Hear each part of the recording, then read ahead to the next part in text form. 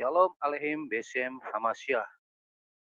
Ya, teman-teman berjumpa lagi dengan kami We Are For Murtadin 24 Hour, teman-teman. Dengan tema kali ini Tritunggal Maha Kudus dengan narasumber kami yaitu Benedictus Ictus. Ya, Saudara Benedictus Ictus, narasumber muda kami yang gagah, teman-teman, dan tampan. Beuh. Atau dari mana lu Sebelum wow kita muda? mulai Sebelum kita mulai acaranya, teman-teman jangan lupa ya klik tombol like, share, and subscribe. Di-share juga teman-teman. Dibagikan ini live-nya ke grup-grup gereja biar ngerti apa itu Tritunggal ya teman-teman. Kita belajar di sini sama-sama dengan WAFM. Ya, mari kita sambut narasumber Bro Benedictus Ictus. Shalom. Alehem shalom. Ya, boleh langsung aja nih bro. Lanjut bro. Depan udah bagus shalom, terus boleh langsung dilempar. Belakangnya nggak apa. Oke deh kalau gitu. Ya, kita mulai aja lah ya. Klik. Ya, kita mulai. Bismillahirrahmanirrahim. Amin. Ya, shalom teman-teman yang di YouTube, di Zoom, di TikTok. Shalom untuk teman-teman, para ateis, para muslim, para kadrun, para wanes, para bidat, para orang-orang kudus ya. Shalom, selamat malam. Nah, hari kita belajar Tritunggal Maha Kudus ya. Saya kasih tema tuh Trinity Again. Karena capek ya ngulang-ulang ini terus materinya. Yang tanya itu lagi, itu lagi. Kadang-kadang. Ya udah, kita mulai aja ya, teman-teman. Siapkan sabuk pengaman semua supaya hidup bahagia dan tidak terkena serangan kebidatan. Oke, yang pertama. Nah, kalau teman-teman ada yang sudah nonton materi Unification of God, ini saya sudah masukin kemarin. Doktrin Tritunggal tidak hanya bicara soal keberapaan Allah, tapi juga soal kebagaimanaan Allah. Agak kurang tepat kalau kita mengatakan, oh Tritunggal tidak bicara soal berapa Tuhan. Lah berarti orang Kristen Tuhannya berapa dong?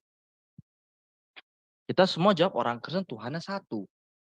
Berarti doktrin Tritunggal bicara soal berapa jumlah Tuhan, berapa jumlah Tuhan yang orang Kristen percayai. Setelah kita menjelaskan berapa jumlah Tuhan itu, kita akan menjelaskan bagaimana Tuhan itu. Oke, saya ulangin ya. Doktrin Tritunggal tidak hanya bicara soal keberapaan Allah, tapi juga soal kebagaimanaan Allah. Setelah kita mengatakan berapa Tuhan orang Kristen? Satu. Lalu kita akan menjelaskan bagaimana Tuhan yang satu itu, bagaimana Allah yang satu itu. Oke. Nah, untuk lebih lanjut teman-teman bisa langsung lihat aja materi BI strip 0026 Unification of God and Holy Trinity. Itu juga live di sini di WAFM. Jadi teman-teman boleh lihat. Oke. Kalau sudah paham, kita juga betul orang Kristen menyembah satu Tuhan. Nah, Trinity and Monotheism. Nah, ini adalah banyak yang cukup diserang sama teman-teman Muslim terutama bahwa Tritunggal itu, Trinitas itu tidaklah monoteis. Ya, nanti ini kita akan jawab hari ini, oke? Nah, saya mengutip dari bukunya Baba Shenoda ketiga, Trinity and Monotheism, halaman kedua. Dia katakan begini, tetapi kami orang Kristen menyatakan bahwa kami mempercayai satu Tuhan yang tidak memiliki pasangan dan kami tidak percaya kepada tiga Tuhan sama sekali. By the way, kalau nggak tahu siapa Baba Shenoda, dia adalah Paus Gereja Ortodoks Koptik ya, Paus Tahta Alexandria ini Baba Shenoda. Ini Paus sebelumnya yang sekarang Baba Tawadros. Nah, Baba Shenoda dalam satu ceramahnya dia mengatakan begini, ini di depan semua ya orang-orang Kristen dan orang Muslim, dia bilang, orang Kristen itu percaya hanya kepada satu Tuhan yang tidak memiliki pasangan, tidak memiliki tidak memiliki pasangan. Dan juga kita nggak percaya kepada adanya tiga Tuhan, no. Kita nggak percaya tiga Tuhan. Jadi doktrin Kristen yang ortodoks adalah kita percaya kepada Tuhan Tuhan yang satu, bukan Tuhan yang tiga. Lebih lanjut, nah ini kalau teman-teman mau baca ini tulisan aslinya, silakan dibaca. Nggak bisa baca, ya udah nggak apa-apa. Ya. Nah, dalam Yakobus 2 ayat 19 dikatakan begini, engkau percaya bahwa hanya ada satu Allah saja, itu baik. Tetapi setan-setan pun juga percaya akan hal itu dan mereka gemetar. Jadi statement bahwa kamu monoteis itu belum tentu. Karena dalam Yakobus dikatakan setan aja percaya Allah itu satu, Allah itu esa, percaya dia. Berikut juga dengan Oneness Pentecostalism, saksi-saksi Yehova, Yahudi Rabbinik, Unitarianisme model Arianisme, Unitarianisme model Socinianism, dan Unitarianisme yang lain, termasuk Islam di dalamnya. Bagus kita percaya Allah yang esa, Allah yang satu itu, Allah yang monoteis. Tapi setan juga percaya akan demikian. So apa yang bikin beda? Penjabaran akan Tuhan itu seperti apa, itu yang bikin beda. Bagaimana kita mengerti Tuhan yang satu itu. Oke. Jadi setelah tadi kita mengatakan bahwa doktrin Tritunggal itu tidak hanya bicara soal berapa Allah, tapi juga soal Allah yang bagaimana, disambut dengan Baba Senoda yang mengatakan bahwa orang Kristen percaya satu Tuhan, satu Allah, tidak percaya kepada tiga Allah. Nah, dalam bukunya Baba Senoda, Trinity and Monotheism, Baba Senoda mengutip Matius 28 ayat 19. Dikatakan begini, karena itu pergilah dan jadikanlah semua bangsa muridku dan baptislah mereka dalam nama Bapa dan Anak dan Roh Kudus. Lalu Baba Senoda memparalelkannya dengan 1 Yohanes 5 ayat 7. Sebab ada tiga yang memberi kesaksian di dalam surga. Bapa, Firman, dan Roh Kudus, dan ketiganya adalah satu. Dua ini menguatkan doktrin Allah Tritunggal bahwa Allah itu adalah satu tapi punya tiga kepribadian. Ada tiga dalam pribadi. Nah, dalam buku Baba Senoda juga dia lanjut menulis. Nah, sebelum sampai ke situ, kesatuan dari Allah Tritunggal adalah satu secara esensi, tapi dia berbeda dalam pribadi. Ini saya mengutip dari kata-katanya Tertullianus, Bapak Gereja, una substantia tres persona. Tadi sudah dikutip oleh Bapak Sinoda, Matius 28 ayat 19. Nah, dalam bahasa Yunaninya begini, bahasa aslinya. To onoma to patros kai to huios kai to agio pneumatos. Artinya apa? Dalam nama Bapa dan Putra dan Roh Kudus. Nah, apa yang membuat ini jadi sangat spesial, teman-teman? Kenapa dari sini kita membutuhkan Allah Tritunggal? Oh, eh, itu ada Bapa dan Roh Kudus, itu kan Allah Tritunggal. Masalahnya teman-teman dari Oneness Pentecostalism mengartikan ayat ini berbeda.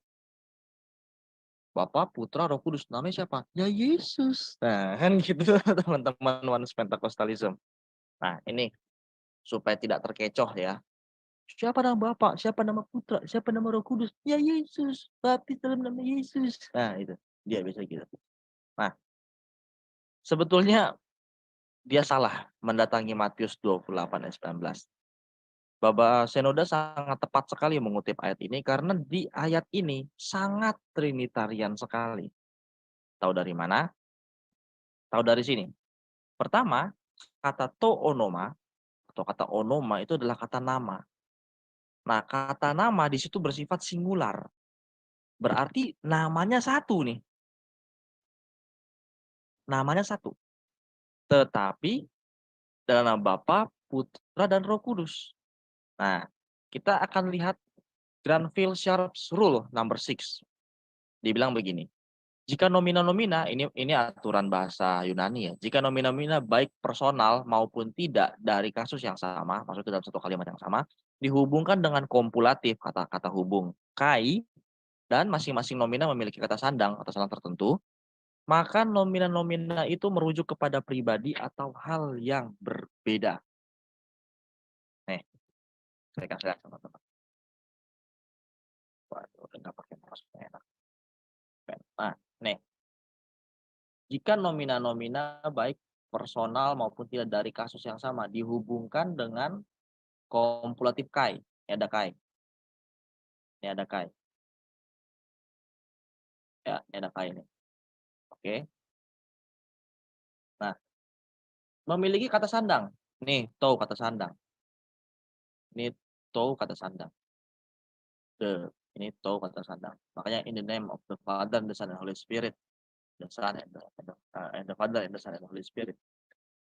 Berarti menurut aturan gramatika, ini merupakan pribadi yang berbeda. Pribadi yang berbeda-beda ini pribadi yang beda, ada 3 dong berarti pribadinya. Tapi yang dipakai di sini adalah singular, bentuk singular. Bentuk pluralnya harusnya onomati. Harusnya to onomati, to patros, kai to huios, kai to agios pneumatos. Itu kalau betul.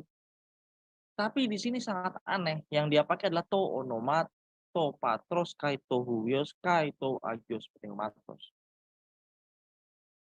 Dari sini kita bisa lihat sangat trinitarian sekali, dan ini diparalelkan oleh Baba Zenoda dengan 1 Yohanes 1 Yohanes 5 ayat 7. Ketiganya adalah satu. Jadi pemahamannya jelas. Berdasarkan struktur gramatika, ini haruslah satu. Satu Allah, satu esensi yang memiliki 3 pribadi. Lalu teman-teman, oh kenapa? Misal Joshua Teu ya dan kawan-kawannya. Kenapa namanya siapa? Namanya Yesus. Nah, buat teman-teman yang menghadapi pertanyaan demikian, itu simply blow on sih. Sorry aja bahasanya kasar. Simply blow on. Kenapa?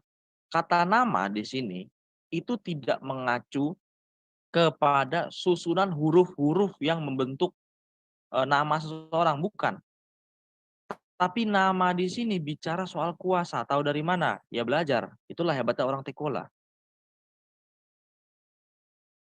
Dalam perjanjian lama ada banyak sekali. Misalnya, marilah kita mencari nama atau meninggikan nama kita. Memang namanya naik ke atas. Memang namanya dicari, hilang, nggak punya nama dia. Kan enggak. Itu melambangkan satu pribadi, satu esensi, satu kuasa, satu power. Mengusung dalam nama, demi nama, itu kan nama. Itu teologi nama dalam Alkitab. Jadi bukan Bapa namanya siapa, Putra namanya siapa, Roh Kudus namanya Yesus ya, bukanlah, ngaco. Ya, oke. Jadi jangan terjebak situ ya. Itu nama tuh representatif dari kuasa, otoritas, power. Kuasa, atau power yang satu itu ada 3 pribadinya, dan dalam ayat ini sangat jelas sekali. Oke teman-teman, ini argumen gramatika ya. Ini lumayan pening, tapi harusnya teman-teman kalau agak bingung boleh ulang sebentar, dengerin lagi. Oke. Nah, lebih lanjut, Baba Senoda itu mengutip Al-Maidah 73 dalam bukunya, buku yang tadi. Katakan begini dalam Al-Maidah 73. Sungguh telah kafir orang-orang yang mengatakan bahwa Allah adalah salah satu dari yang 3. Padahal tidak ada Tuhan yang berkenan selain Tuhan yang esa. Amin. Jika mereka tidak berhenti dari apa yang mereka katakan, pasti orang-orang yang kafir di antara mereka akan ditimpa azab yang pedih. Nah, teman-teman yang Kristen dikasih ayat ini, jangan takut, jangan marah, jangan sedih. Karena apa? Baba Senoda mengatakan begini, kami tidak percaya bahwa Tuhan adalah ketiga dari yang 3. Dan kami tidak mengatakan seperti di surah Al-Maidah. Kami mengatakan Tuhan itu satu. Kamu menentang mereka yang mengatakan bahwa Tuhan itu 3. Ngeri ya. Ngeri ya. Sangat firm sekali. Jadi surah Al-Maidah 73 itu bukan untuk orang Kristen sebetulnya. Entah ini untuk orang siapa, saya nggak tahu. Tapi aja itu bukan orang Kristen. Karena orang Kristen tidak pernah mengatakan Tuhan itu ketiga dari yang 3. No. Emang pernah dengar dalam Bapa, Putra dan Roh Kudus Allah yang 3, amin? Enggak pernah. So dalam nama Bapa, Putra dan Roh Kudus, Allah yang Esa. Amin. Bismillah, polipneu ruhil kudus, Illahu wahid. Amin. Bukan Allah yang tiga, ya. Jadi jangan takut. Itu bukan Tritunggal yang sedang dikritik. Itu nggak tahu. Itu triteisme mungkin yang dikritik. Tiga dari yang tiga triteisme. Tapi dia tidak pernah mengkritik Tritunggalnya orang Kristen, nggak pernah. Ya, itu dalam Trinity and Monotheism halaman kelima. Nah, teman-teman yang Muslim, para polemikus, para bidat dan orang-orang jahat yang hatinya tertutup, kalau kekeh menggunakan Al-Maidah dan teman-temannya untuk menyerang iman Kristen, kamu sedang melakukan yang namanya strawman fallacy. Kamu sedang melakukan kesalahan logika dengan memaksakan apa yang kamu pahami terhadap teologi kami. Itu salah.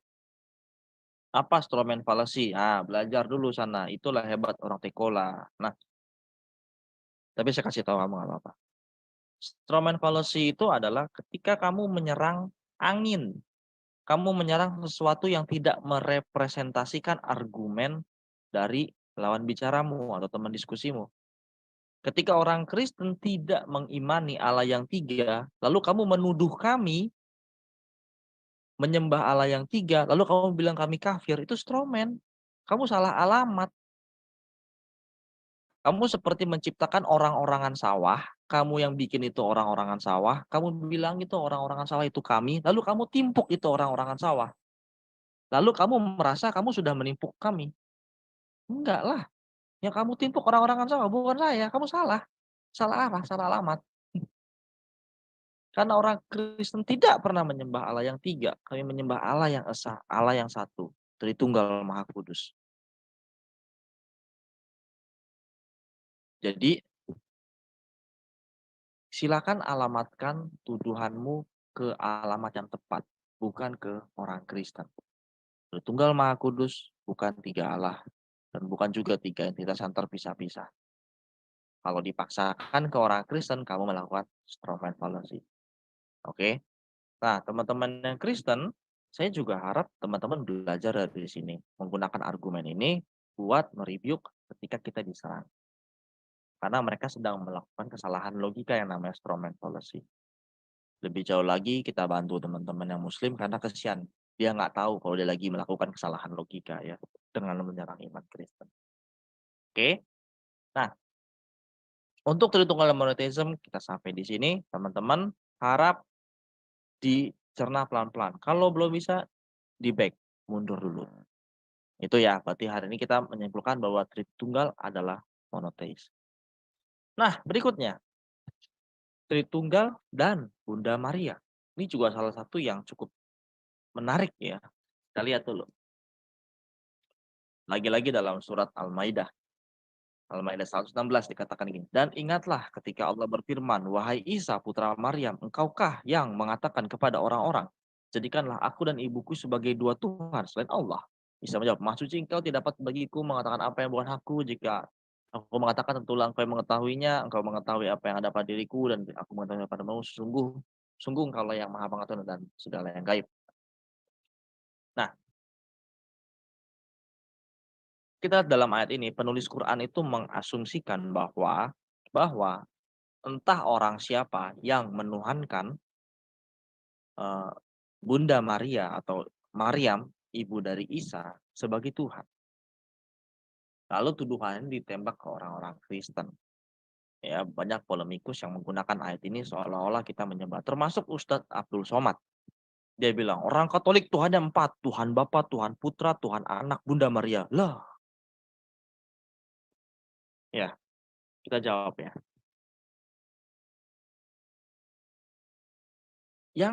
Yang Al-Quran kritik itu bukanlah orang Kristen. Tetapi sekte bidat Kristen dari Arab yang disebut kolidrianisme atau kolidrian. Tahu dari mana? Dari Bapak Gereja, Epiphanius of Salamis, Bapak Gereja abad keempat dalam bukunya Panarion, jilid kedua dan ketiga halaman 640 dikatakan begini. Yes, of course. Mary's body was holy, but she was not God. Dia bukan Tuhan. The virgin was indeed a virgin and honored as such, but she was not given us to worship. Dia tidak untuk disembah. She worships him who through born of her flesh has come from heaven, from the bosom of the Father.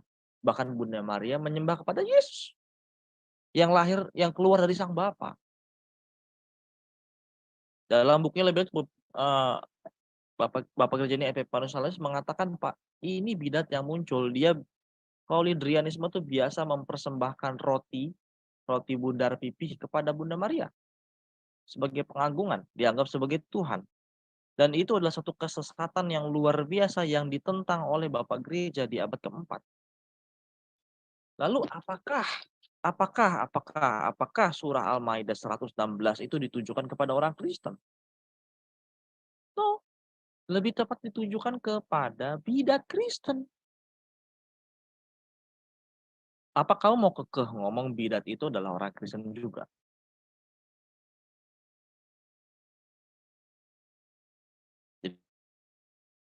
Tritunggal itu tidak menyembah Bunda Maria. Gak ada juga orang Kristen menyembah Bunda Maria. Bunda Maria bukan bagian dari Trinitas. Dan ngaco sekali kalau, bahkan anehnya dia mengatakan Bunda Maria Tuhan, Isa Tuhan, dua Tuhan Allah. Jadi Trinitasnya adalah Allah, Isa, dan Bunda Maria. Ini nggak tahu tuh, ini serangan kemana nggak tahu.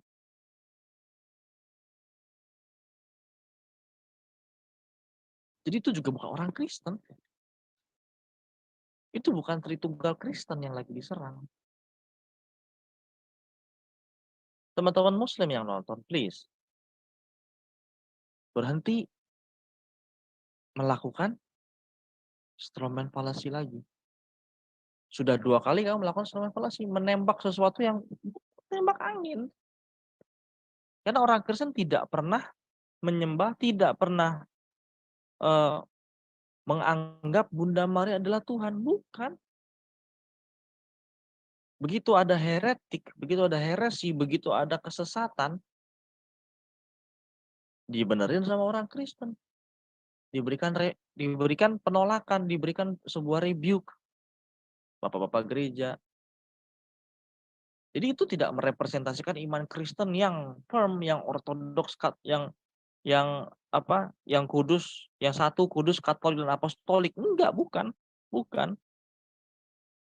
Tidak merepresentasikan iman Kristen. Ya, jadi berhenti kamu melakukan strawman lagi gitu loh. Ya, jadi itu bukan iman Kristen. Ya, sekali lagi ya. Tolong juga tuh akun somat dikasih tahu tuh ya. Itu bukan iman Kristen. Katolik juga Kristen, Ortodoks juga Kristen, Protestan juga Kristen. Tidak pernah dari kami menyembah Bunda Maria. Oke. Nah, ini adalah bagian yang ketiga. Ini saya kasih warning hanya untuk Oten. Membuktikan pluralisme Allah dari segi gramatika. Sekali kita main gramatika.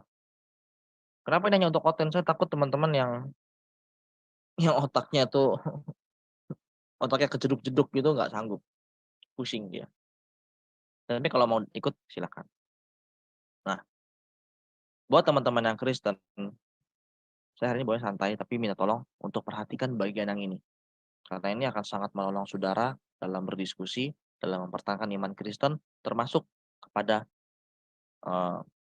kaum heretik dalam tubuh kekristenan.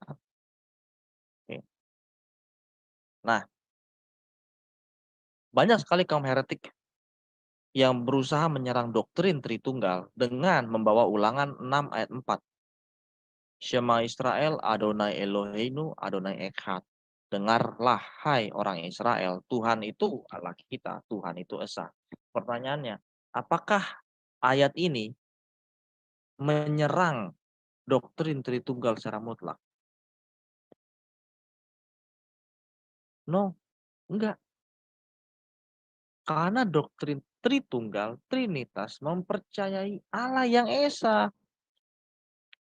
Gak ada masalah dengan Ulangan 6 ayat 4. Ingat loh, premis doktrin Tritunggal itu Tritunggal.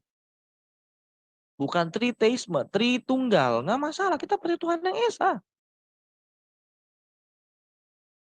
Jadi teman-teman juga jangan, Ulangan 6 ayat 4 itu bukan sebuah premis terhadap bukan terhadap Unitarianisme. No, ini premis monoteisme. Ya. Ini premis monoteisme, bukan premis Unitarianisme. Dan kita tadi di depan sudah buktikan bahwa Tritunggal pun monoteisme. Oke.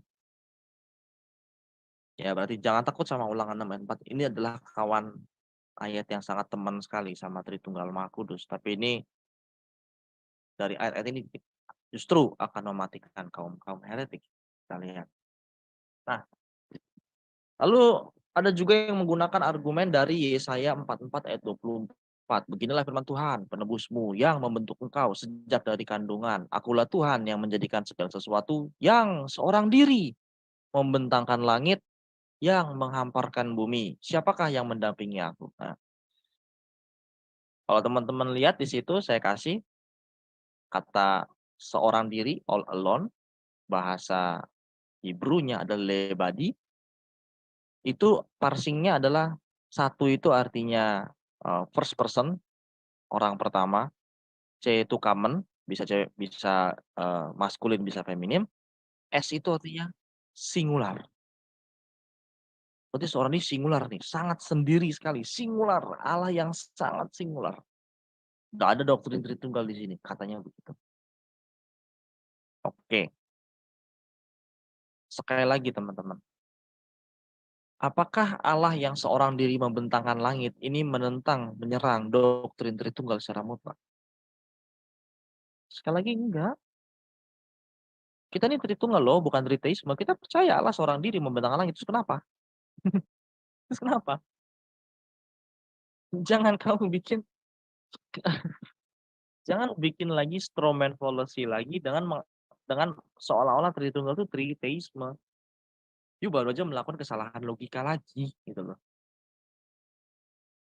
Ya, karena doktrin Tritunggal percaya Allah yang tunggal, nggak masalah. Permasalahan adalah bagaimana kalau untuk Allah yang jamak, kata kerjanya juga plural, kata kerja juga jamak. Itu akan mematikan Unitarianisme. Nangkap nggak teman-teman? Saya ulangin lagi. Ini kan dia pakai parsing kata kerja kan. Kata kerja tunggal untuk Allah itu nggak pernah masalah untuk doktrin Tritunggal. Karena kita percaya Allah yang esa, bukan Allah yang tiga. Tapi bagaimana kalau misalnya ada kata kerja yang jamak untuk Allah yang tunggal? Itu simply akan mematikan argumen teman-teman Unitarianisme. Saksi Yehova, Oneness Pentecostalism, Arianisme, Socinianism, mati semua. Kita lanjut. Kejadian 35 ayat 7. Didirikannya mesbah di situ dan dinamainya tempat itu El Bethel karena Allah telah menyatakan diri kepada di situ ketika ia lari terhadap kakaknya. Ini kita lihat. Nah, teman-teman, ini pernah saya share di training apologetika Al-Hayat Ministry. Teman-teman kalau belum join batch 2 silakan join batch 2 ya. Saya malah promosi enggak apa-apa. Kita lihat di sini. Allah telah menyatakan diri. Nah, menyatakan diri. Apa bahasa Hebrew-nya? Nih, niglu. Appear. Coba teman-teman lihat di bawah parsingnya. 3 itu artinya third person, orang ketiga. C itu common, bisa cewek, bisa maskulin, bisa feminim. P itu apa? Plural. Nih. Had revealed himself. Bentuknya adalah perfect third person common plural. Berarti Allah yang menyatakan diri itu adalah Allah yang plural. Bukan Allah yang singular. Mati nggak lo? Hey, Oneness Pentecostalism. dan teman-teman Unitarianisme yang lain. Mau lari kemana kamu? You ribut Allah menciptakan langit dan bumi sendirian, membentangkan sendirian, tapi di saat yang sama di kitab perjanjian lama yang sama yang kamu kutip dalam Kejadian 35, Allah menyatakan diri itu plural. Apa ini menyerang doktrin Tritunggal? Tidak, kan doktrin Tritunggal juga percaya Allah yang tunggal memiliki 3 pribadi. Dia memiliki pluralitas dalam dirinya sendiri. Jadi nggak masalah. Hey, mau kata kerjanya singular maupun plural nggak masalah. Dan in fact dari 2 ayat ini ya, kamu melihat bahwa Alkitab mencatat Allah itu secara singular dan mencatat Allah itu secara plural. You masih mau tolak doktrin Tritunggal? Ayo lo. Jadi itulah jangan terlalu blow on gitu loh. Ya. Ini teman-teman. Apakah cuma satu ini aja? No, enggak. Ada yang lain. Misalnya dalam Mazmur 149 ayat 1, biarlah Israel bersukacita atas yang menjadikannya. Biarlah Bani Sion bersorak atas raja mereka. Kalau kita lihat yang menjadikannya itu bentuknya partisipal maskulin plural. Makanya harus diterjemahkan sebagai their makers. Plural, Pak. Gimana dong? Alkitab tidak hanya bicara soal Allah yang singular, Alkitab juga bicara Allah yang plural. Tapi Allah yang plural ini singular. Itulah yang disebut doktrin Allah Tritunggal. Allah yang plural itu singular. Jadi jangan cerita doktrin Tritunggal itu nggak ada di Alkitab. Dari argumen gramatikanya you bisa lihat. Ya. Lanjut. Ini yang tadi kita udah bahas. Ini juga sama. Ya. To onoma kaito patos kaito huios kaito agio pneumatos. To onoma namanya singular tapi punya pribadi yang berbeda ada 3 pribadi yang beda berdasarkan Granville-Sharp Rules nomor 6.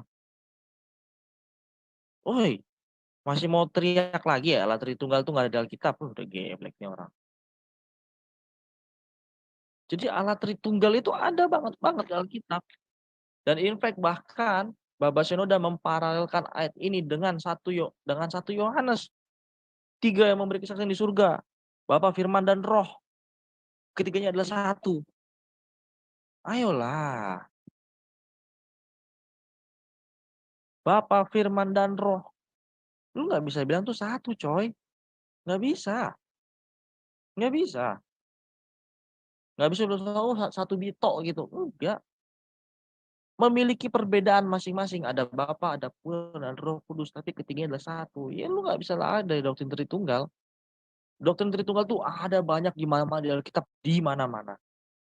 Dan itu adalah doktrin yang ortodoks dan doktrin yang katolik. Doktrin yang lurus dan yang diterima secara umum oleh gereja. Doktrin yang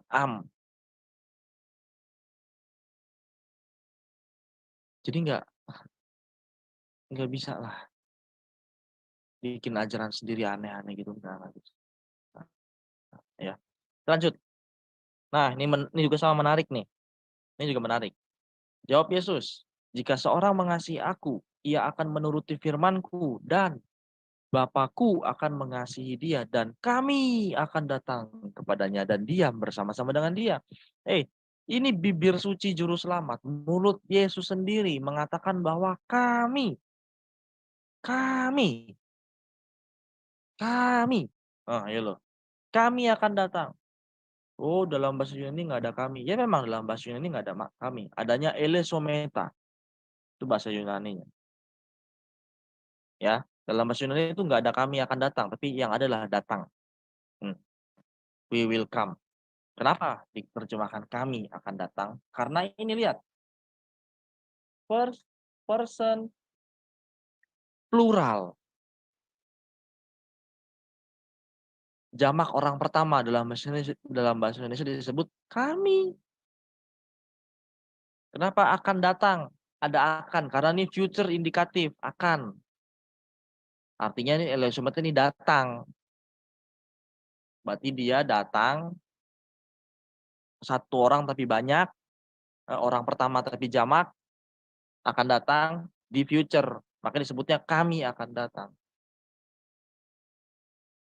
Yesus sendiri mengatakan kami akan datang. Yesus sendiri yang sama yang mengatakan dalam nama Bapa, dalam nama Putra, dalam nama Roh Kudus. Dalam nama Bapa, Putra, dan Roh Kudus.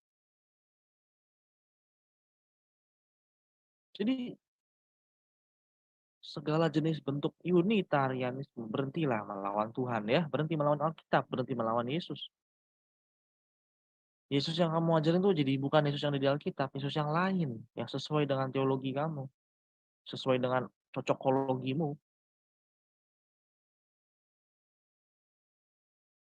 Ya, jadi mau lari kemana? Argumen-argumen gramatika ini simply mematikan kamu. Hai, Unitarianisme. Kalau tadi di awal kita belajar, teman-teman Muslim, nah itu dia salah alamat aja lah. Salah alamat aja tuduhannya. Nggak usah takut. Yang lebih sedih apa? Teman-teman sesama orang Kristen, tapi kok blow on? Sedih banget saya. Terjebak dan jajan doktrin bidat. Ih, kasar banget. Iya, kasar. Mengapa? Karena menyangkut keselamatan. Wake up dong, teman-teman. Ya, oke. Jadi dari tadi kita bahas gramatika, supaya apa? Teman-teman sadar. Bibir suci juru selamat, bibir Yesus, mulut kudus Tuhan Yesus Kristus itu juga menyebutkan bahwa Allah itu plural dan singular. Doktrin Allah Tritunggal ada di mana-mana dalam Alkitab. Ya. Dan masih mau ini lagi, apa namanya? Ngeles tuh, udah nggak bisa dah. Ya. Oke. Nah, ini ada satu pertanyaan bagus. Kalau Allah itu singular dan Allah itu plural, mengapa hanya ada 3 pribadi? Mengapa nggak 4? Mengapa nggak 5? Mengapa nggak 6? Mengapa Allah Tritunggal, bukan Allah ber-12 tunggal?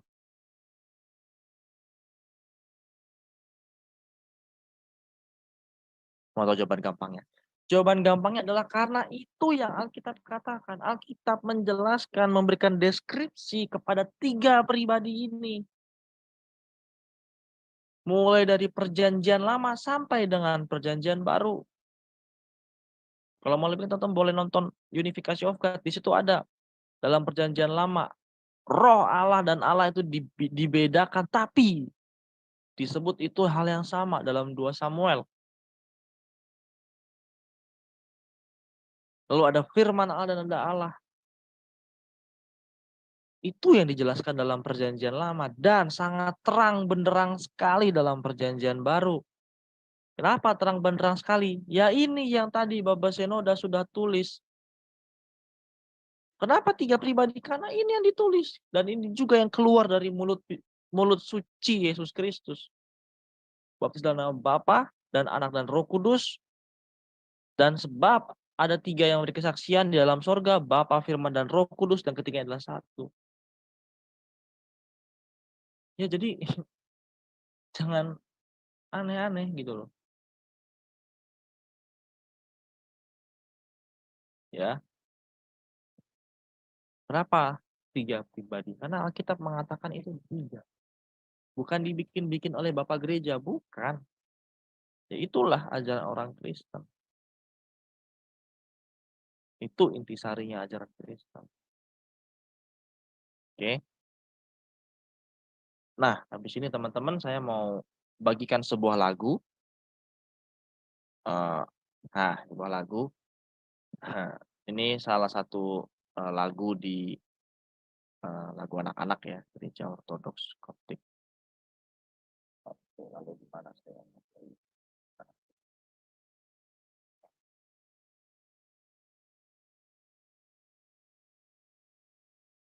oke, lagu saya oh saya Nggak kedengeran, Ben.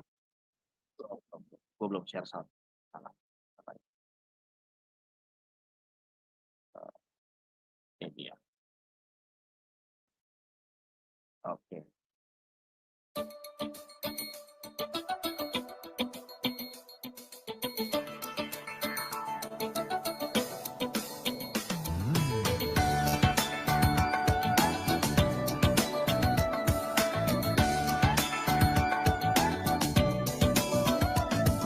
Allah kita hanya satu, Allah Tritunggal, Bapa, Anak, Roh Kudus, Allah yang Maha Kuasa. Allah kita hanya satu, Allah Tritunggal, Bapa, Anak, Roh Kudus, Allah yang Maha Kuasa. Matahari bersinar, menceritakan kuasanya. Matahari bersinar, menceritakan kuasanya. Inti panas cahaya, tiga yang satu. Inti panas cahaya, tiga yang satu. Allah kita hanya satu, Allah Tritunggal, Bapa, Anak, Roh Kudus, Allah yang Maha Kuasa. Allah kita hanya satu, Allah Tritunggal, Bapa, Anak, Roh Kudus, Allah yang Maha Kuasa. Kita diciptakannya serupa dan segambar. Kita diciptakannya serupa dan segambar. Tubuh, jiwa, dan ruh, tiga yang satu. Tubuh, jiwa, dan ruh, tiga yang satu. Allah kita hanya satu, Allah Tritunggal, Bapa, Anak, Roh Kudus, Allah yang Maha Kuasa. Allah kita hanya satu, Allah Tritunggal, Bapa, Anak, Roh Kudus, Allah yang Maha Kuasa. Segitiga sama sisi, juga sebuah contoh. Segitiga sama sisi, juga sebuah contoh. Tanpa satu tak lengkap, itulah Tritunggal. Tanpa satu tak lengkap, itulah Tritunggal.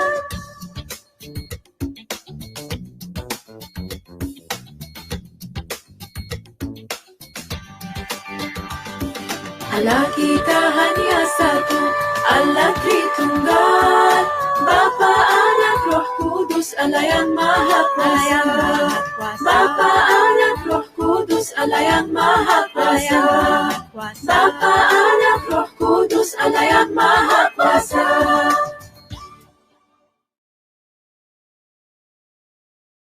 Ya, baik. Kedengeran lagunya tadi? Ada yang komen. Apa Gue tuh? baca ngakak di komen. Apa Ini tuh? kayak nadanya darah Padang sama Palembang. Ada cengok-cengoknya. Bisa jelasin nggak, Ben? Itu cengkok-cengkok Mesir sebetulnya itu. Jadi ini lagu anak-anak di gereja ortodoks Koptik di Mesir, ini lagu anak-anak. Nah, tadi kita ngomong bebas sinoda, doktrin yang satu, doktrin yang yang ortodoks. Nah,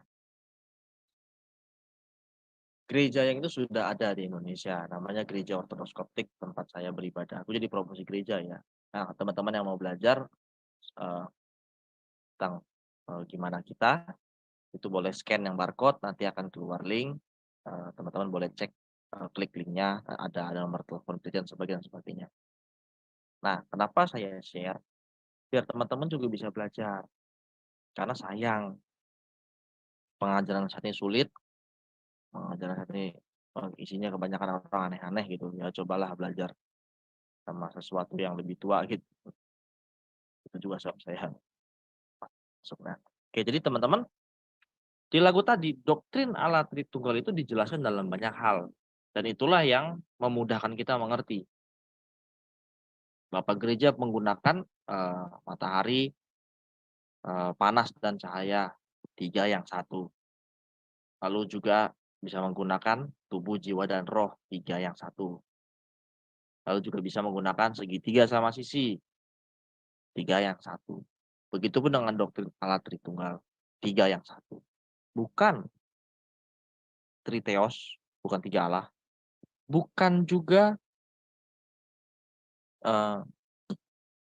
satu pribadi Allah, tapi 3 peran, bukan itu juga. Bukan juga Allah yang satu, Yesus bukan Allah, itu lebih ngaco lagi. Ya, jadi doktrin Allah Tritunggal, doktrin yang sudah firm, yang sudah sangat lama sekali dipercaya oleh gereja. 2000 tahun gereja ada, 2000 tahun doktrin Allah Tritunggal sudah ada. Oke. Nah, dari saya cukup sampai sini. Saya kembalikan ke moderator. Shalom Aleichem Besem Oke. Masya. Iya, teman-teman yang di live chat, kalau ada yang mau bertanya silakan, nanti saya bacain ya teman-teman. Atau dari partisipan silakan resen. Yuk ditunggu. Nah, sebelum nunggu aku ada pertanyaan nih, Bro. Boleh nggak kalau kita soalnya tadi ya hari inilah ada yang ngomong, boleh nggak kita bilang kalau Tritunggal itu 3 oknum dalam satu hakikat? Oke. 3 oknum dalam satu hakikat. 3 oknum itu pribadi. Hakikat itu esensi, sama aja. Jadi nggak apa-apa kalau kayak gitu. Selama pengertiannya tepat nggak masalah. Toh 3 oknum itu kan bahasa Arab, uknum sebetulnya. Itu yang digunakan oleh Bapak Tertullianus ialah personae, sama aja. Nah, Kenapa oke. memang? Nggak apa-apa. Oke, ini ada Pak Dedru TV. Ya, Pak Dedru. Ayo, kedengaran suara saya? Ya, kedengaran. Kedengaran jelas. Oke. Ya, ini memang strawman ini ya jelas sekali itu mereka selalu menggunakan. Saya tadi waktu nyimak ya sebelum acara ini kan ada dialog dengan Bang Erben itu, saya dengar suara si Zuma misalnya. Nah, si Zuma ini adalah salah satu orang yang selalu strawman. Jadi misalnya tadi dia mengatakan Tuhan itu nenen. Nah, coba apakah Abang bisa menjelaskan ya supaya ini kadang-kadang untuk menjelaskan ini bagi orang ya, Kristen sendiri untuk menjelaskan ke orang lain itu kok susah banget begitu. Jadi ada kira-kira satu terminologi yang sangat simple begitu ya untuk menjelaskan bahwa kristologi Yesus itu benar begitu. Sehingga susah bagi mereka untuk menyatakannya bahwa Tuhan itu nenen begitu. Karena selalu itu yang mereka gunakan. Nah, kalau kita bisa membuat suatu terminologi yang begitu simple dan sederhana, ya, sehingga ini tidak disalahgunakan atau bisa digunakan sebagai strawman, saya rasa kita sudah maju satu langkah. Tapi karena ini terlalu berulang-ulang terus, itu menunjukkan bahwa tidak ada kemajuan begitu. Bagaimana menurut Bang alasannya? Silakan. Oke. Yang pertama adalah tadi soal Tuhanan itu kan jatuhnya di kristologi. Ini kita lagi bahas soal Tritunggal. Jadi 2 hal yang berbeda. Nah, ini juga menarik dalam sering kali pembahasan Allah Tritunggal itu nanti larinya kepada kristologi, pasti begitu. Jadi ya benar. Itu ya. Sekali lagi itu cacat logika juga itu sebetulnya. Ya, dia malah tidak menjawab pertanyaan. Lalu karena yang ditanya adalah kristologi, saya akan coba jawab. Sebenarnya ada materi kristologi, tapi itu buat di Al-Hayat Apologet Training. Gampangnya begini. Kenapa Tuhan nenen? Kenapa Tuhan capek? Kenapa Tuhan makan ikan goreng? Kenapa Tuhan gini? Kenapa Tuhan gitu? Itu simply karena kamu blow on. Sumpah, sorry dan minta maaf karena kamu blow on. You nggak mau habiskan waktu 1-2 menit untuk mengerti bagaimana doktrin kristologi orang Kristen, tapi sibuk nyerang kayak orang gila membabi buta. Kenapa bisa begitu? Nah,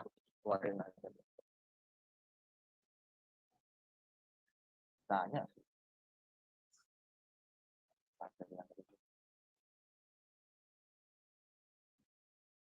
Iya, Bro Bini. Suara ngilang. Sama Pak.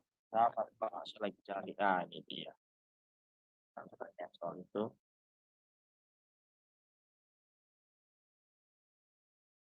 You mesti ngerti dulu apa yang orang Kristen percaya baru bisa menghina. Kalau lu cuma mau main hina-hinaan Tuhan nenen, gue mau ngomong Tuhan lu tangannya 2, kanan dua-duanya. Bagaimana mau cebok? Kalau cuma mau hina-hinaan akhirnya nggak jalan diskusinya, nggak bisa kayak gitu. Nah, ini adalah buku. Nah, ini buku yang sangat menarik ya, sangat bagus. Dengan buku ini. Artinya buku ini adalah yang ditulis tangan oleh Bapak Syenoda dan dikasih ke Paus Roma. Lalu damailah gereja Ortodoks dan gereja Katolik.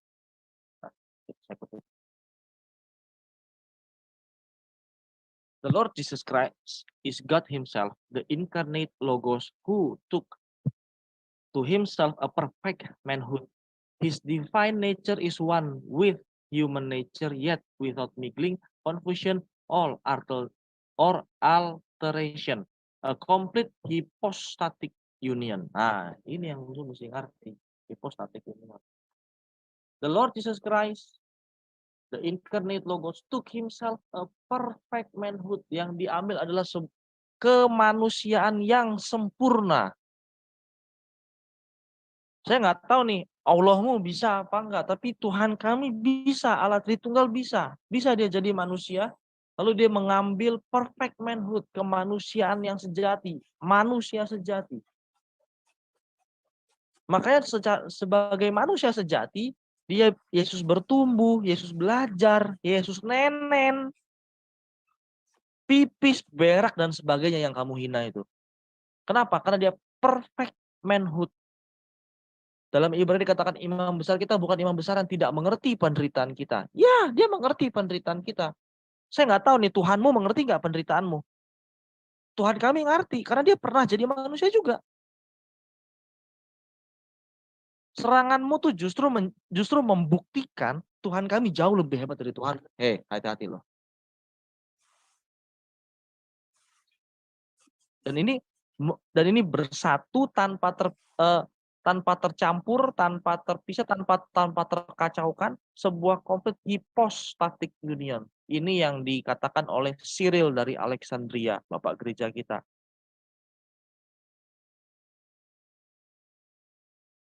Makanya itu yang bikin kamu bingung. Karena nggak ngerti apa itu hypostatic union. Ya, jadi itulah kenapa dia berak dan lain-lain. Ya itu kan cuma lu hina-hina doang. You nggak ngerti doktrin aslinya kayak apa. Ya itu nggak ngerti hypostatic union. Dia Allah sejati, sekaligus dia manusia sejati. Jadi, atau kalau gampangnya, bisa nggak saya seorang bos tapi saya seorang karyawan di saat yang sama? Bisa. Bisa. Saya terima gaji tapi saya juga ngegaji. Bisa. Kenapa kamu nggak bisa terima? Karena kamu bikin dikotomi palsu. Di otakmu itu, kalau dia Tuhan, dia nggak bisa jadi makhluk. Makhluk nggak bisa jadi Tuhan. Kalau dia Tuhan, berarti nggak bisa jadi manusia. Ya itu Tuhanmu. Terserah, kalau Tuhanmu terbatas begitu, terserah.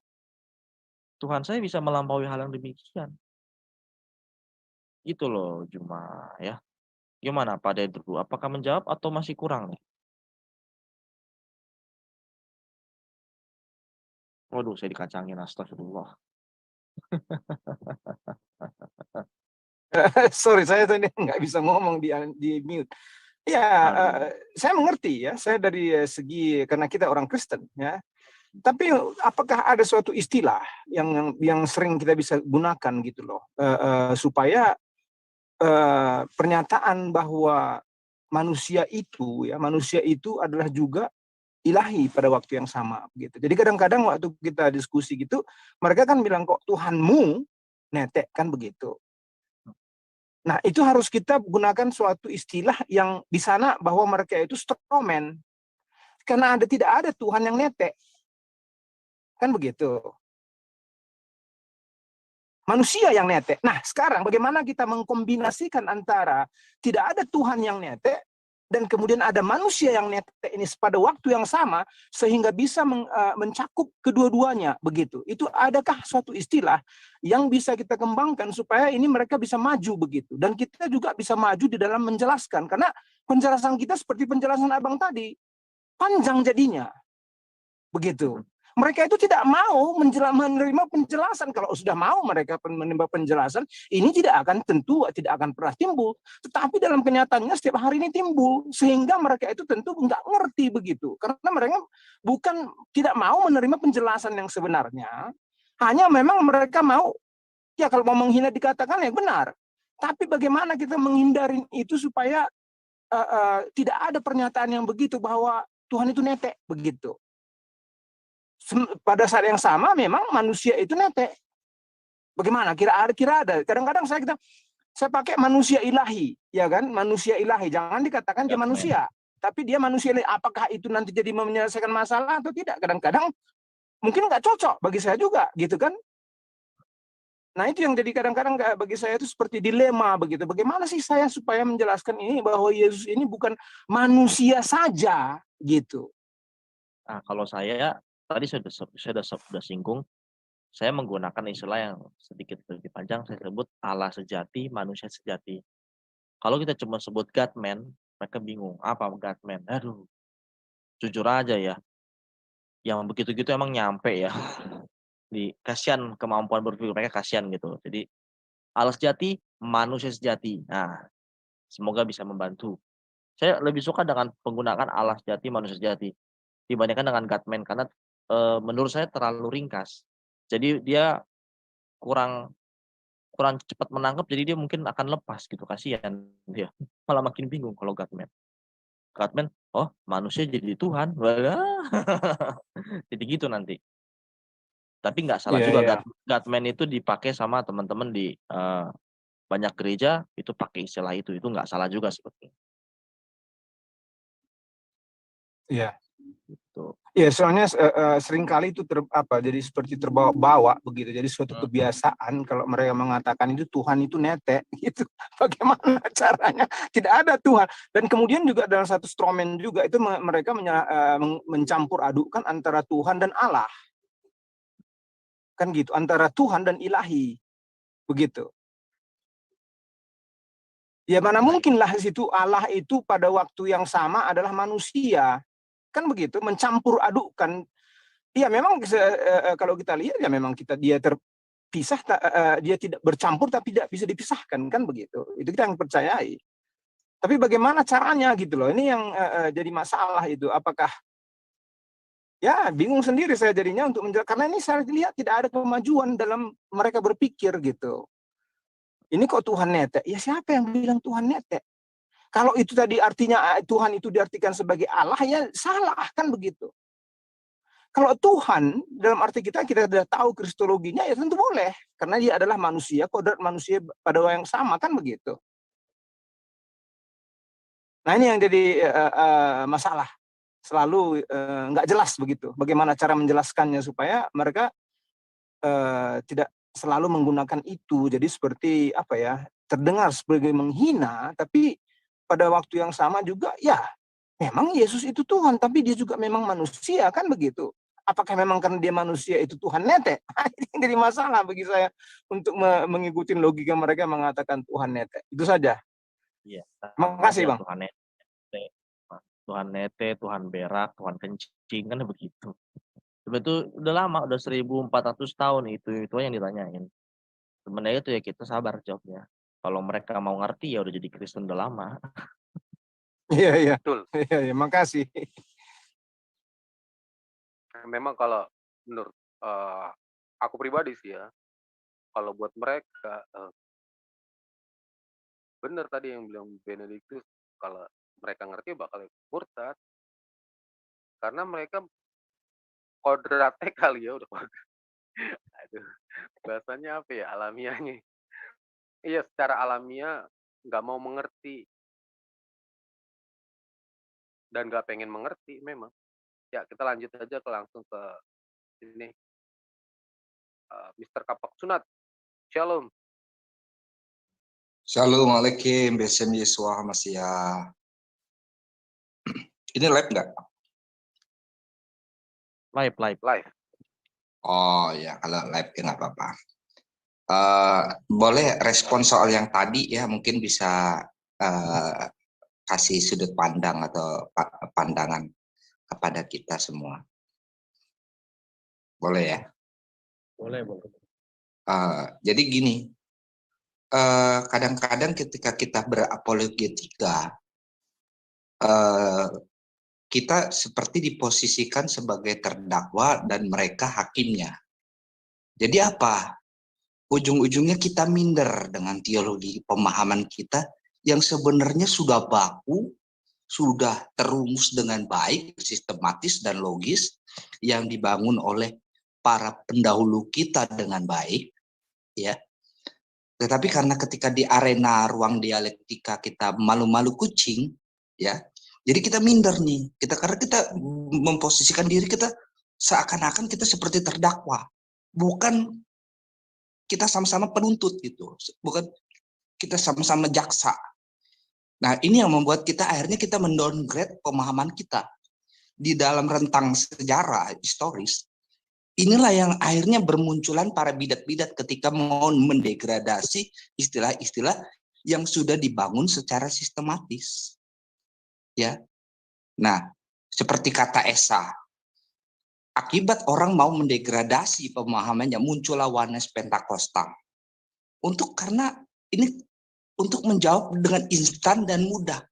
Inilah bahayanya kalau mau menjawab secara instan dan mudah. Akibatnya bahaya, seperti kayak makan mie instan kebanyakan, akhirnya juga efeknya nggak bagus buat tubuh kita. Ya. Nah, perihal kata Tuhan itu makanya kita harus bisa membedakan kata Tuhan dan Allah. Kalau Allah itu, al-ilah itu adalah yang diibadahi, sesembahan. Sedangkan Tuhan itu adalah penguasa yang menuntut ketaatan seperti taatnya kita kepada Allah. Nah, saudara pernah tahu kan teks tersebut di kitab sebelah kita? Kalau ada teks seperti itu, taatilah seperti taat kepada Allah, berarti dia Tuhan atau Rob, penguasa. Nah, berbicara tentang Tuhan, penguasa itu menuntut ketaatan. Ketaatan seperti kita taat kepada Tuhan. Ya, dan sanksinya adalah neraka. Jadi kalau ada teks-teks seperti ini di dalam kitab sebelah, tanpa mereka sadari, mereka juga sedang menuhankan. Dan keperihal tentang Yesus itu makan, Yesus itu tidur, Yesus itu minum ASI, segala macam. Ya memang kodratnya adalah kodrat manusia sejati. Raja Baginda, perihal Tuhan itu kan Baginda. Nah, Baginda. Kalau Tuhan itu hanya sekedar penguasa atau Baginda yang urusannya di bumi. Tapi kalau Tuhan itu Baginda yang urusannya di sorga dan di bumi. Yesus pernah ngomong nih, kepadaku telah diberi kuasa di sorga dan di bumi. Artinya Yesus itu betul-betul Tuhan, Baginda yang menguasai sorga dan bumi. Jadi kita nggak perlu minder lagi. Nah, soal dia netek dan apa? Ya memang fitrahnya sebagai seorang manusia. Dia harus melakukan seperti itu. Nah, baginda mereka bagaimana? Apakah baginda mereka yang urusannya di sorga dan di bumi tidak pernah netek? Tidak pernah keluar dari parjaha, mohon maaf. Tidak pernah makan, tidak pernah tidur. Ya kan? Nah, itu saudara. Jadi, ayo kita nggak perlu pusing. Kita jangan urusan mereka mau paham, mau ngerti, itu urusan nanti. Karena mereka nggak akan mau terima apapun penjelasan saudara, mau saudara downgrade sebagaimanapun, nggak akan mau di ini, karena mereka sudah terbangun premis untuk membenci. Kalau sudah terbangun premis untuk membenci, apalagi punya motif-motif finansial atau mau mencoba mendakwahi kita atau mau lain-lain, itu saudara mau ngomong sehebat apapun, mereka akan tolak. Apalagi kalau di dalam mereka itu ada jin korinnya, kuasa kegelapannya. Oleh sebab itu, saudara, kita harus percaya bahwa yang mempertobatkan manusia itu adalah Roh Kudus. Tapi nggak lepas daripada tanggung jawab kita mempersiapkan segala sesuatu dengan baik, argumentasi yang baik, literatur yang baik, ya, segala sesuatu kita persiapkan dengan baik. Gitu. Nah, kita juga mesti pilih-pilih juga lawan diskusi. Kalau lawan diskusi cuma modal congor sama mic, ya saudara nggak akan menemukan yang namanya, nggak akan berfaedah, nggak akan mengedukasi para pendengar. Gitu. Bayangkan saja kalau yang kita ajak bicaranya aja kapasitasnya kayak Juma, bagaimana pengikutnya, bagaimana yang mengkultuskan dia, gitu, yang memberikan dia sedekah untuk dia supaya membiayai hidupnya, terusnya mic-nya, fasilitas operasinya dan lain-lain. Jadi gitu. Makasih ya, itu aja dari saya. Thank you. Oke. Saya menanggapin Pak Kapak, kalau lawan bicara kita yang cuma modal congor dengan mic doang, itu makanan saya, Pak. Kasih ke saya aja, biar saya kenyang. Oke. Ya, gimana Bene, bro? Kasih aja udah dari bulan lawan, gue takut sama dia. Bukan tentang ini, kan di sebelah ada tuh perkataan, taatilah Allah dan Rasulnya. Itu gimana Bene? Ya, itu ntar kita tadi Bro Bener setuju tuh mau bahas Tritunggalnya Islam, jangan dibocorin dulu Jun. Lu. Oke. Kemarin gue udah bikin aliran tuh, aduh. Imam Benedictus. Oke, lanjut ke Bro Panda ya sekarang ya. Shalom Bro Panda. Shalom teman-teman. Ya, saya cuma mau ajak Indonesia berpikir lagi. Jangan mikirin Tuhan mau 3, mau 10, mau berapa ratus, atau netek sekali, segala macam pun. Yang dilihat hasilnya. Kita berbalik lagi. Satu Tuhan yang sama-sama netek, dukun Mekah sama Muhammad sama-sama netek. Kok dukun bisa ngelawan Muhammad? Bisa menjadikan sihir. Siapa yang disembah si dukun?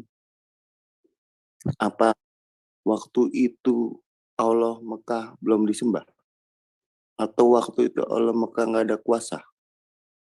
Dan kalau dibalikin ke sama-sama yang netek, itu kafir netek semua, nggak ada yang kesurupan. Nah, air susu ibu bisa ngusir setan kalau begitu.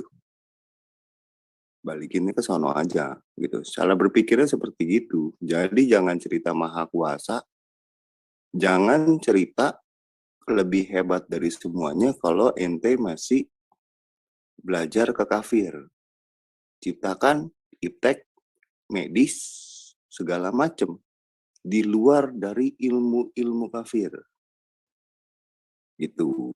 Jadi kalau masih cuman modal mic sama congor sama mic doang, nggak pakai otak, ya nggak bisa. Jadi percuma ente sekolah tinggi-tinggi kalau akhirnya lebih goblok dari binatang. Karena binatang aja gak usah diajarin, bisa ngebedain mana kencing, mana susu yang harus diminum. Jadi begitu. Siapa yang ngajarin binatang? Maknya ngajarin. Ini lu mesti minum susu, ini bukan minum. Binatang yang kecil aja tahu. Jadi begitu. Jadi Indonesia ya selamat berpikir aja. Jadi jangan cerita Tuhan netek segala macam tetek bengek. Kebanyakan gaya. Tetapi nggak ada hasilnya yang lu sembah. Gitu. Ya itu aja. Jadi selamat berpikir Indonesia. Jadi mikirnya simpel-simpel dulu mengenai selama gue menyembah oleh SWT, gue punya apaan? Gue bisa apaan? Orang Islam punya apaan? Berpikirnya seperti itu dulu. Gitu. Jadi jangan cerita Tuhan 1, Tuhan 2, Tuhan 3 segala macem. Lu mau nyetak Quran aja pakai ipteknya kafir. Gitu. Nyari Quran tahun 1924 yang pertama kali dicetak di Mesir kagak ketemu-temu sampai detik ini. Gitu. Yang lu bahas mengenai buku terbitan 2001, 2001, 2021, 2019, 2017 cerita. Lu katanya Quran udah semuanya udah ada dari 1924. Mana barangnya? Jadi pakai otak dulu baru ngomong gitu loh. Jangan dikit-dikit Tuhan satu, tapi kesurupan massal jalan terus. Oke, terima kasih.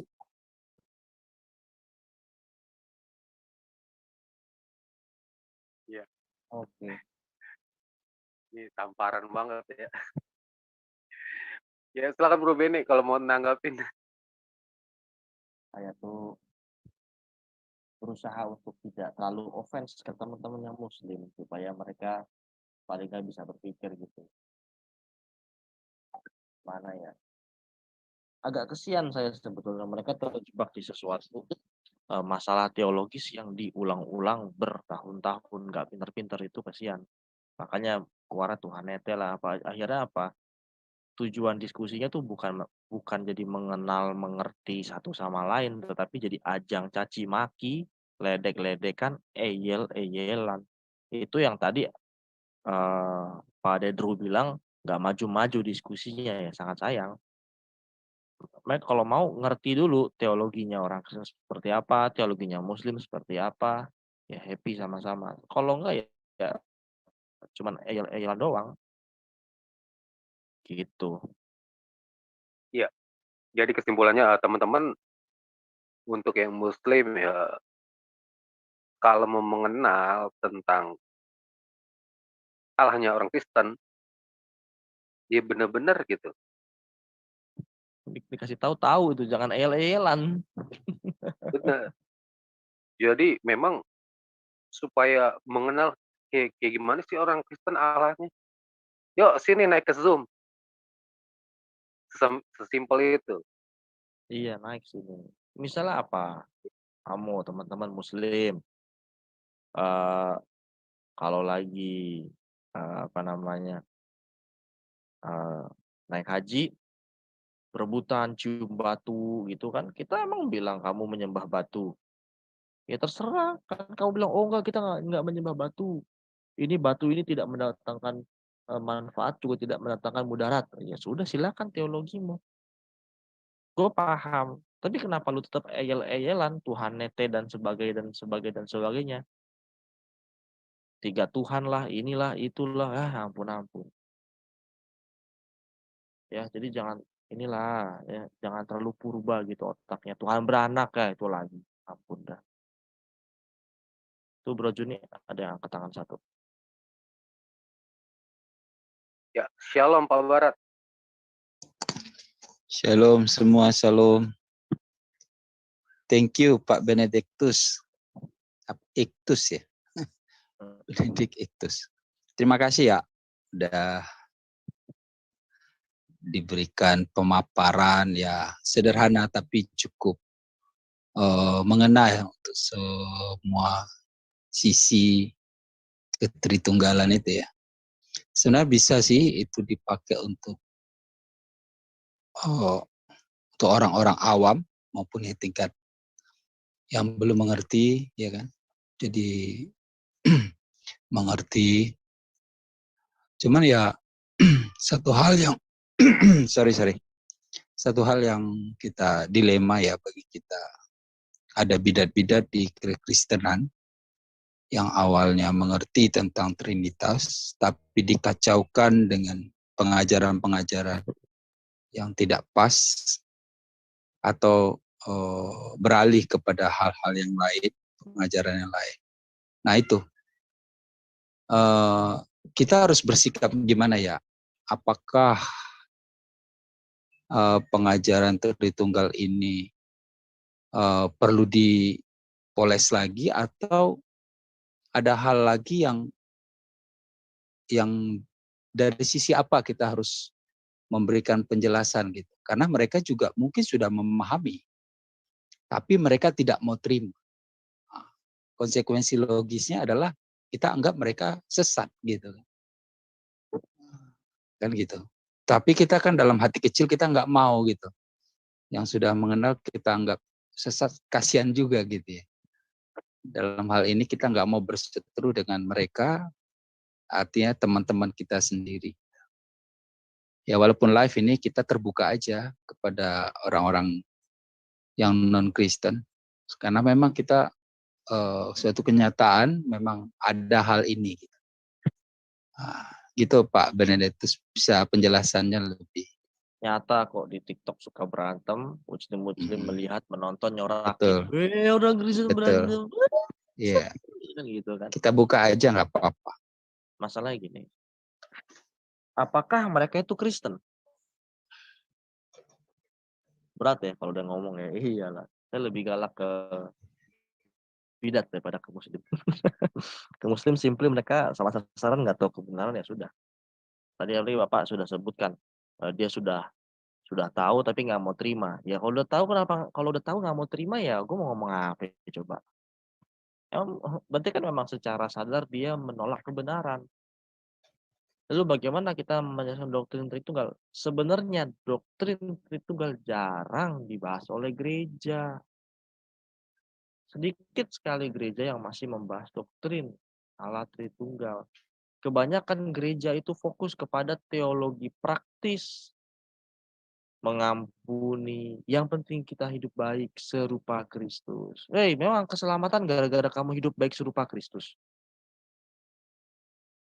Bukankah teman-teman di tempatnya Calvin percaya bahwa keselamatan itu karena kita percaya Yesus? Semua spektrum Kristen percaya kita selamat karena percaya Yesus.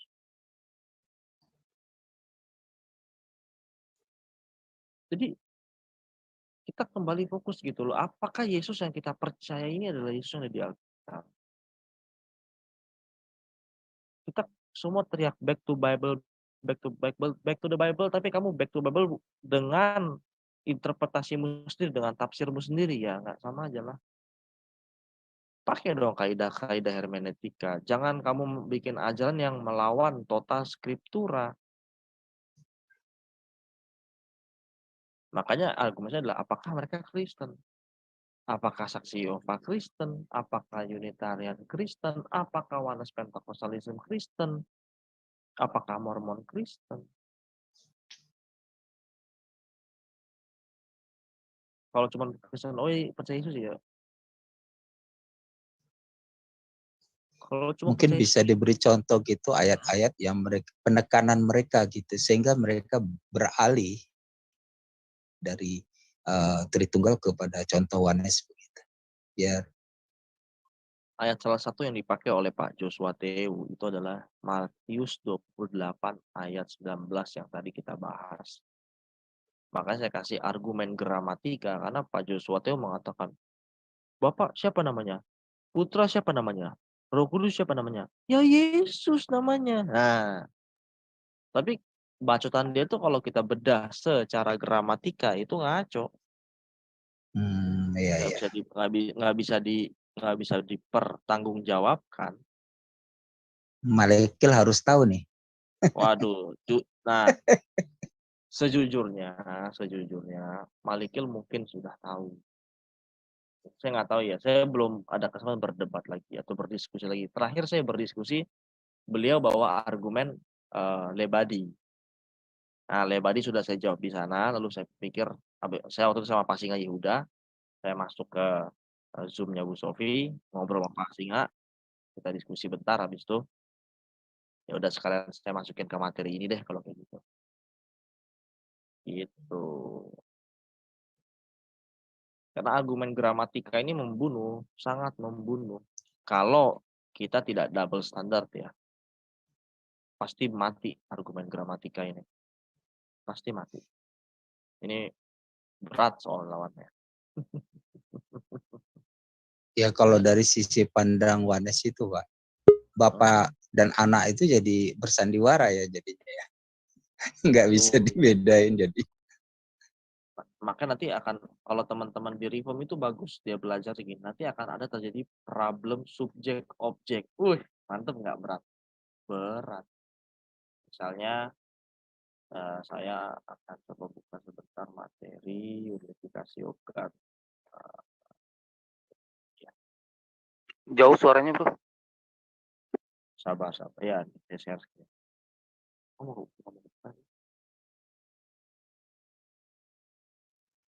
Ini tantangan terbuka ya buat Malikil dan Joshua Tewu. Silakan kita diskusi mengenai doktrin Tritunggal ini dan oneness kalian di Zoom WFM. Kita tertutup. Nggak akan kita live-in. Tantangan terbuka tapi diskusi tertutup. Enggak. Ini terbuka untuk umum, kita diskusi bareng tapi jangan ada yang nge-live-in. Maksudnya kita nggak live-in, Bro. Oke. Begitu. Undangan khusus nih ya.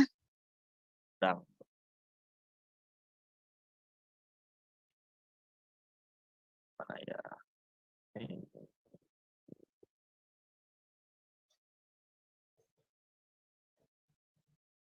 Nah, ini dia.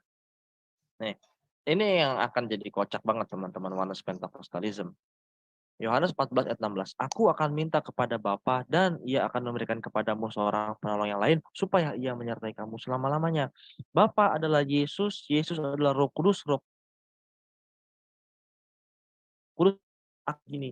Aku, Yesus, akan minta kepada aku, Bapa, supaya aku akan mengirimkan kepadamu seorang penolong yang lain supaya aku menyertai kamu selama-lamanya.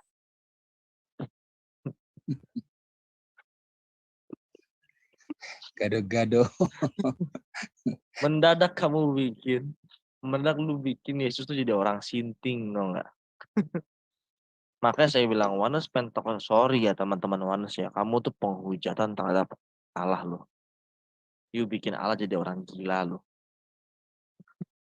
Bapa dan anak sekalian, Roh Kudus juga. Iya kan? Ditambah argumen gramatika, ditambah ini, you masih mau di oneness Pentecost. Maksudnya mau di Unitarianisme. Ini bukan cuma oneness ya, semua Unitarianisme. Alkitab tuh nggak mendukung Unitarianisme. Mau lari kemanapun nggak akan didukung. Akan bisa didukung. Nggak selamat. Karena nggak ada yang mau, nggak ada legitimasinya kemana-mana. Alkitab bahkan secara gramatika aja dia membuktikan bahwa Tuhan itu plural dan Tuhan itu singular. Si Herdi itu ex-muslim bukan sih, Bro? Bukan. Nggak tahu. Ustadz Malikil. Kok dia sampai bingung sih? Kalau yang ex-muslim, gue maklum kalau mereka bingung. Karena dari kecil mereka sudah ada konsep satu Tuhan itu ya satu, sebiji. Gitu, tidak ada unification. Itu kan dalam Islam. Jadi itu pasti langsung otomatik ya terbentuk di pemikiran ex-muslim. Itu saya maklumi. Tapi kalau Kristen dari kecil membentuk ketuhanan, the unity of God itu sebiji, itu saya nggak habis pikir loh. Saya sebagai ex-muslim, saya mendapatkan pengertian Allah yang Tritunggal ini bukan karena dari pendeta, tapi dari belajar sendiri. Belajar menggali, ya seperti tadi Bro Bene bilang, menggali dari gramatikalnya aja. Saya belajar dari nggak lepas dari kitab Kejadian, belum sampai ke kitab Perjanjian Lama loh. Saya sudah menemukan di situ. Di situ aja udah menemukan, apalagi ketika ketemu dengan Genesis 1:26. Udah mentok saya. Mentok pemahaman mengenai Tuhan itu satu biji, bubar. Di situ saya panik. Baru mulai nyari-nyari. Itu yang saya pertanyakan ke teman-teman yang Kristen sejak kecil, kok bisa sampai memiliki pengertian kayak Muslim. Itu aja sih yang saya pertanyakan. Bingung saya. Itu makanya kasihan. Makanya sekali lagi teman-teman, Kalau Muslim kita anggap dia orang nyasar. Memang sudah nyasar, dia nggak pernah tahu kebenaran. Ya sudah, kita kasih tahu dengan sabar. Meskipun kadang-kadang kesel juga sih. Itu lagi, ditanya capek gue jawabnya. Cuman buat teman-teman yang Kristen ini kadang-kadang lucu juga kan jadinya. Dia mau lari kemana? Perjanjian Lama tidak mendukung argumen Unitarianisme mereka. Termasuk Yahudi Rabbinik pun mati dalam Perjanjian Lama. Tapi dia mau lari kemana? Dari Perjanjian Baru nggak bisa juga. Mau lari kemana? Mati. Nih, ini ada tulisan. Bro Benek, ada pernyataan mereka juga. Pernyataan mereka bilang, kalau yang kerja firman dan roh, Bapak tuh kerjanya apa? Nah, itu soal. Ada yang seperti itu mikirnya. Tapi Padahal Yesus pernah kan bilang, Bapak bekerja sampai sekarang, aku juga bekerja sampai sekarang.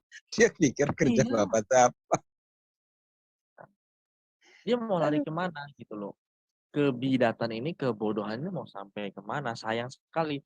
Dia mau lari ke Bapak Gereja. Mulai dari Bapak Gereja sampai Bapak Apostolik. Semuanya berbicara soal Allah yang Tritunggal. Para rasul dan murid-murid langsung para rasul. Misalnya Clement dari Roma. Dia katakan, bukankah kita mempunyai satu Tuhan dan satu Kristus dan satu Roh Kudus? Ini disebutkan gitu loh. Ignatius dari Antioquia, mereka semua bicara soal Allah yang Tritunggal dari bibir suci Yesus, lalu sampai ke para rasul dan sampai ke Bapak Apostolik, murid-murid para rasul, dan sampai ke Bapak Gereja, murid-murid Bapak Apostolik. Semua bicara soal Allah Tritunggal. By the way, dapat dari Pasinga sih. Polikarpus pun mengatakan soal Allah Tritunggal. Semua bicara Allah Tritunggal. Mau lari kemana? Ini doktrin yang firm, doktrin yang Katolik, doktrin yang doktrin yang ortodoks, doktrin yang lurus. Gak bisa diiniin, lu mau lawan apa? Memang ini kekristenan dasar utama ini. Mau lari kemana pun udah. Ini Allah Tritunggal ada di mana-mana. Dalam Irenaeus, dalam Theophilus dari Antioquia, Clement dari Alexandria, Hippolytus, Tertullian, Origen, Novitian, Lactantius, Athanasius, Ignatius. Semua bicara soal Allah Tritunggal, Bapak Gereja. Satu-satunya mendukung argumenmu ya bidat. Makanya jangan marah. Itu yang sangat kesian. Ya, jadi kalau teman-teman Muslim itu melemparkan tuduhan ya dia strawman. Anggaplah wajar karena dia nggak mengerti doktrin kekristenan. Nah, teman-teman ini yang dalam tubuh kekristenan sendiri, kenapa jatuhnya kepada kesesatan, kan kasihan. Jangan play victim lah. Oh, sesama Kristen misalkan, saya tahu kok kamu bilang Tritunggal itu ajaran setan. Ya kan kamu ngomong gitu kan? Jangan itulah. Kita fokus pada doktrin yang ortodoks, yang lurus. Satu, Katolik dan Apostolik. Doktrin Allah Tritunggal. Gitu.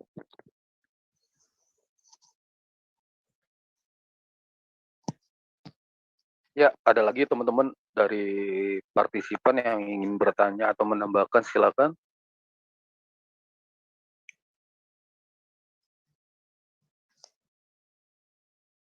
Jangan-jangan istilah anak itu ya akan dihapus sama mereka ya.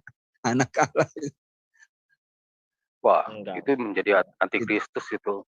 Oh iya, itu memang akan dihapus sama di otak mereka karena nggak sesuai dengan ini mereka, logika mereka gitu. Karena itu konsekuensi logis. Kalau dia percaya Trinitas itu pasti diterima. Tapi kalau selain itu dia nggak akan bisa terima. Siapa apapun ajaran itu, anak Allah itu pasti ditolak. Akhirnya akan ditolak. Apalagi bapak dan anak itu pasti ditolak.